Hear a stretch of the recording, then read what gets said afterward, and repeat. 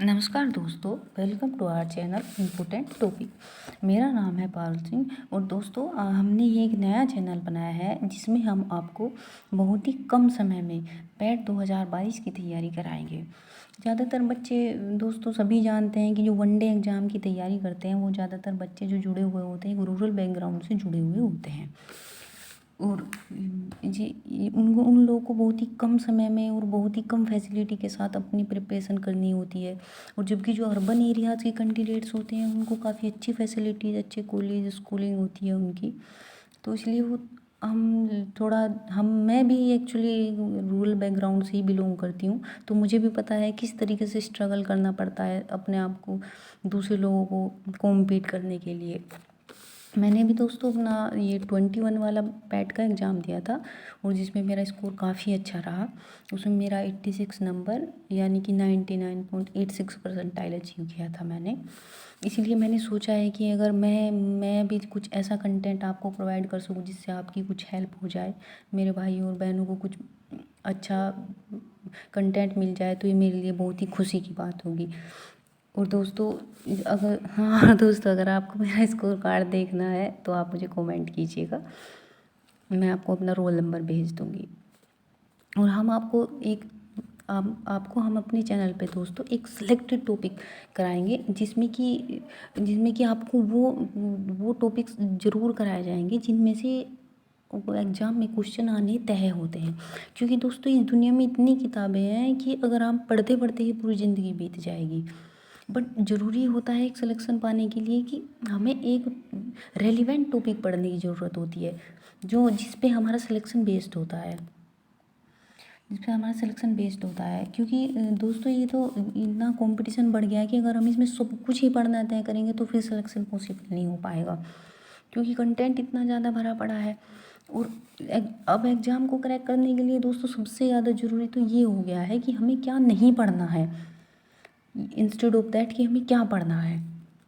इसीलिए दोस्तों हम आपको अपने चैनल पे वो टॉपिक्स प्रोवाइड कराएंगे, उन टॉपिक्स पे वीडियो देंगे जिनसे क्वेश्चंस आना बिल्कुल तय है और जहाँ से क्वेश्चंस आते हैं। क्योंकि दोस्तों मैं भी कई साल से UPSSC वाले फील्ड से जुड़ी हुई हूँ, तो मुझे काफ़ी अब एक्सपीरियंस हो भी गया है कि ये कहाँ से क्वेश्चन बनते हैं।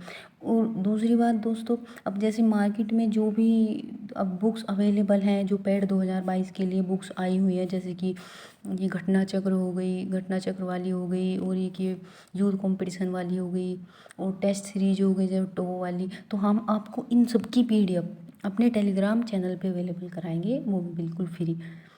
इसीलिए आपको किसी बुक्स के लिए भी आपको इधर उधर भटकने की ज़रूरत नहीं पड़ेगी।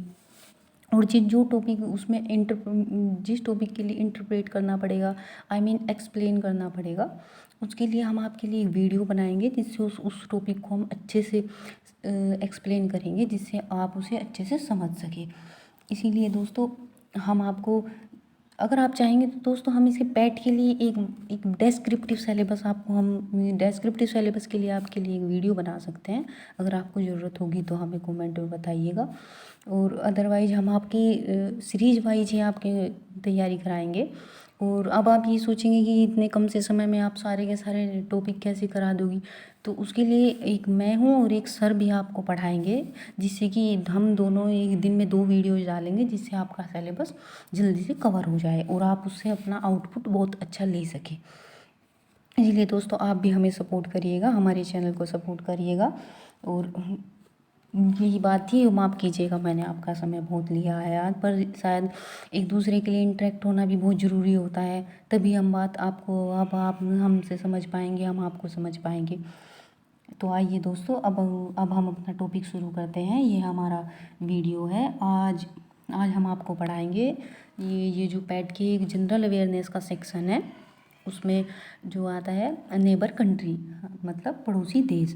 उसमें पड़ोसी देश से 1-2 क्वेश्चन UPSSC ज़रूर पूछता है दोस्तों, इसीलिए ये इम्पोर्टेंट बन जाता है। और बीच बीच में मैं आपको बताऊंगी कि इसमें से क्या नहीं पेपर में आएगा, इसलिए आपको ज़्यादा परेशान होने की ज़रूरत नहीं है। आप सिर्फ वो फॉलो कीजिएगा जो बताया है, तो सच में आपको बहुत बेनिफिट मिलेगा। तो आइए शुरू करते हैं दोस्तों। आप पहले ही भारत का मैप देखिए, ये भारत का मैप है, ये सारी पड़ोसी कंट्री, ये तो आप सभी जानते ही हैं। देखो अब सबसे पहले हम लेके चलते हैं ये बांग्लादेश। सबसे ज़्यादा हमारी जो बाउंड्री शेयर करता है हमारे साथ वो हमारा बांग्लादेश है दोस्तों। उसके बाद आता है दूसरे नंबर पे जो सबसे ज़्यादा बाउंड्री हमारे शेयर करता है वो है चाइना। फिर पाकिस्तान आता है दोस्तों, और ये फिर नेपाल आता है, फिर भूटान, और उसके बाद हमारा आता है म्यांमार। और दो दो देश दोस्तों हमारी मरीन कंट्री जो मरीन बाउंड्री जो है वो शेयर करते हैं, एक श्रीलंका और मालदीव। मरीन बाउंड्री मतलब जो हमारी समुद्रिक सीमा होती है दोस्तों, ये भी थोड़ा ध्यान रखिएगा। और जो ये मालदीव है दोस्तों, मालदीव से जो हमारी इक्वेटर मतलब विषुवत रेखा जो होती है, विषुवत रेखा होकर यहाँ से गुजरती है। ये क्वेश्चन बन जाता है कभी कभार, किस देश से ये निकलती है। एशिया के सिर्फ दो ही देश हैं ऐसे, एक सिंगापुर और एक मालदीव, जिससे हमारी विषुवत रेखा होकर गुजरती है। तो ये रहे हमारे देश कंट्री नेबर। देखो हम इसको पहले ना एक डिसेंडिंग ऑर्डर में देखते हैं, क्योंकि कभी कभार दोस्तों वो एक थोड़ा ये ऑर्डर में लगा के दे देता है, या फिर ऑप्शन में फर्स्ट पे ना देके कोई सेकंड वाला थर्ड वाला पूछ लेगा, तो हमें इनकी क्रोनोलॉजी याद करनी बड़ी ज़रूरी हो जाती है। इसलिए एक आप पहले इसको एक बार ध्यान से देखिएगा कि हमारा भारत सबसे ज़्यादा किससे बाउंड्री शेयर करता है। सबसे ज़्यादा ये बांग्लादेश से बाउंड्री शेयर करता है, जो होते हैं 4096.6 किलोमीटर। उसके बाद दोस्तों ये चाइना से बाउंड्री शेयर करता है जो 3488 किलोमीटर है। और तीसरे नंबर पे दोस्तों ये पाकिस्तान से सीमा शेयर करता है जो 3323 किलोमीटर है। और चौथे नंबर पे आता है नेपाल, जो कि हमारा 1753 किलोमीटर में आता है। पाँचवें नंबर पे ये म्यांमार से आता है, वो जो 1643 किलोमीटर है। सिक्स नंबर आता है भूटान का, जो 699 किलोमीटर है। और सबसे जो लीस्ट जो हमारी बाउंड्री शेयर करता है वो हमारा अफ़गानिस्तान दोस्तों, 106 किलोमीटर है। वैसे ये अभी जो अफ़गानिस्तान है ये जो हमारा POK में आता है, पाक ऑक्यूपाइड कश्मीर, जो मतलब जिस पे पाकिस्तान ने कब्जा किया हुआ है, ये उससे बाउंड्री शेयर करता है। डायरेक्ट ये अभी इंडिया से नहीं मिलता है, बट ये जो हमारा मैप है, मैप में तो ये हमारे फुल भारत दिखाया जाता है, जो हमारा एक्चुअल में भारत है, तो उसके साथ ये 106 किलोमीटर की सीमा शेयर करता है दोस्तों। अब देख लेते हैं इनके थोड़ा देश के बारे में जान लेते हैं, क्योंकि इनके बारे में थोड़ा पड़ोसी देशों के बारे में कुछ थोड़ा डीप में क्वेश्चंस आ जाते हैं दोस्तों। अब ये बांग्लादेश से पूछते हैं। बांग्लादेश की कैपिटल है ढाका। अब मैं इसको थोड़ा सा ट्रिक से भी याद कर सकते हैं दोस्तों, जैसे बांग्ला हो गया, बंगला, इसको बांग्ला से हम बंगला बोल सकते हैं। जो बंगला होता है वो ढका हुआ होता है, जैसे बंगला ढका हुआ, बांग्लादेश से ढाका। इस तरीके से हल्का से रिलेट हो जाएगा। वैसे तो थोड़ा इजी है, वैसे पॉसिबल है वो तो उसको वैसे ही याद रखिएगा बिल्कुल। और जो ये इंडिपेंडेंट जो हुआ था 26 मार्च 1971 में हुआ था।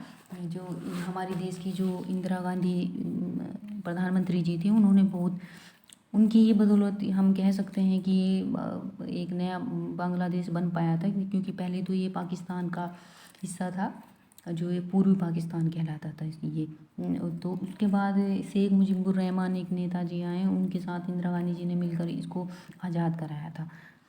और इनकी पार्लियामेंट को दोस्तों, पार्लियामेंट को अलग अलग देशों में अलग अलग नामों से जाना जाता है। जैसे हमारे देश में पार्लियामेंट कहते हैं, USA में उसको कांग्रेस कहते हैं, और ब्रिटेन में भी उसको पार्लियामेंट कहते हैं। तो ऐसे ही ये अपने देश में, बांग्लादेश में पार्लियामेंट को जातीय संसद कहा जाता है। और इसकी प्रधानमंत्री जो है शेख हसीना जी हैं। प्रधानमंत्री तो हसीन ही होंगी, और जो बंगले में रहेंगी वो तो बहुत हसीन होंगी, है कि नहीं दोस्तों। और जो प्रेसिडेंट है वो अब्दुल हामिद है। अब जब हसीना सुंदर होगी तो उनको तो हामी भरनी ही पड़ेगी।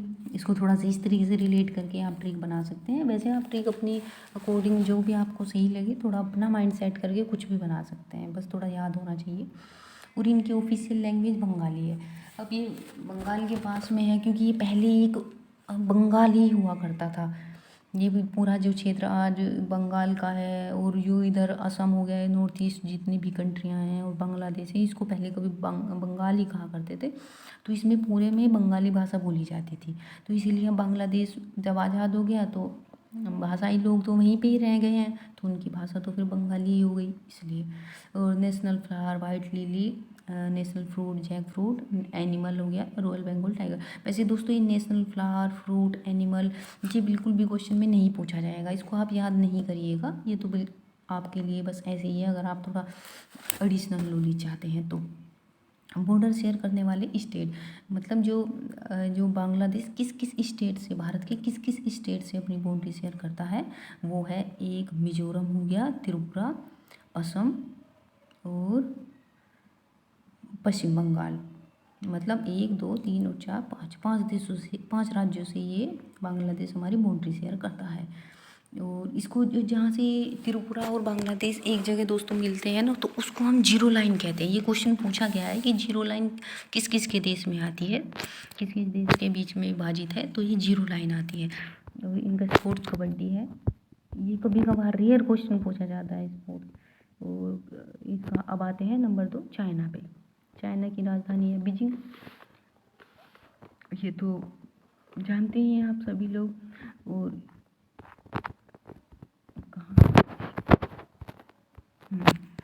ये जो इंडिपेंडेंट हुआ था ये 1 अक्टूबर 1949 को। देखो दोस्तों ये भारत से बाद में आज़ाद हुआ था, और इसकी प्रोग्रेस देखे तो भारत से तो बहुत ज़्यादा हो चुकी है अभी।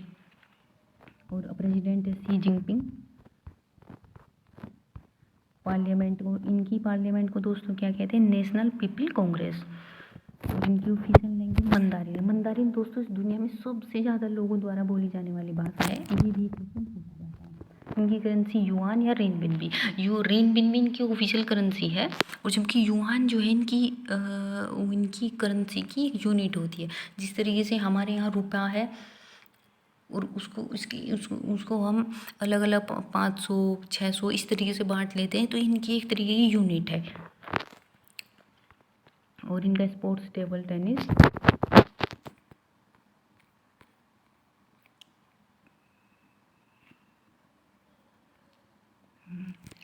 Table tennis. और ये national flower plum blossom, kiwi, tree है जिंको, एनिमल है जाइंट पांडा। पर ये नहीं आएगा, मैं अभी आपको बता रही हूँ, नेशनल फ्लावर फ्रूट एनिमल इस तरीके के क्वेश्चन कभी नहीं आते हैं। दुनिया में सबसे ज़्यादा देशों से बॉर्डर शेयर करने वाली जो कंट्री है वो चाइना है। ये 11 देशों से वो अपनी बॉर्डर शेयर करता है, और इसके साथ ही रूस भी 11 देशों से ही अपने बॉर्डर शेयर करता है। ये सबसे दुनिया में सबसे ज़्यादा है। अब ये देख लेते हैं हम कौन कौन से भारतीय राज्य चाइना से मिले हुए हैं। एक है लद्दाख, हिमाचल प्रदेश, यूके, उत्तराखंड, सिक्किम और अरुणाचल प्रदेश। इसको हम एक ट्रिक से याद कर सकते हैं, सुलह। इसको आप थोड़ा लगा लीजिएगा आगे पीछे। अगर आप सुलह SULAH अगर इस तरीके से आप लगाएंगे तो ये पाँचों के पाँचों स्टेट आपको याद हो जाएंगे। तीसरे नंबर पर आता है दोस्तों पाकिस्तान की राजधानी इस्लामाबाद। उनके PM है शहबाज शरीफ। आप जानते ही हैं अभी इमरान खान को तो हटा ही दिया गया है, उसके बाद से नए प्रधानमंत्री आए हैं। वैसे दोस्तों कभी इनका कार्यकाल पूरे समय तक नहीं होता है, बीच में ही कभी इन पे कुछ आरोप लग जाता है, कभी ये अपना इस्तीफा दे के चल बनते हैं। ऐसा है पाकिस्तान। प्रेसिडेंट है आरिफ अलवी। और इनका स्पोर्ट्स है हॉकी, जबकि दोस्तों भारत का भी हॉकी है। इसको आप इससे याद कर सकते हैं क्योंकि भारत का भी जो स्पोर्ट्स है वो हॉकी है। इनकी करेंसी भी रुपया है। और इनका नेशनल एंथम कौमी तराना। लैंग्वेज इनकी उर्दू है। लैंग्वेज थोड़ा याद रखिएगा दोस्तों, लैंग्वेज थोड़ी पूछी जा सकती है, ये एंथम नहीं पूछा जाएगा। इनकी पार्लियामेंट को क्या कहते हैं, मजलिस शूरा।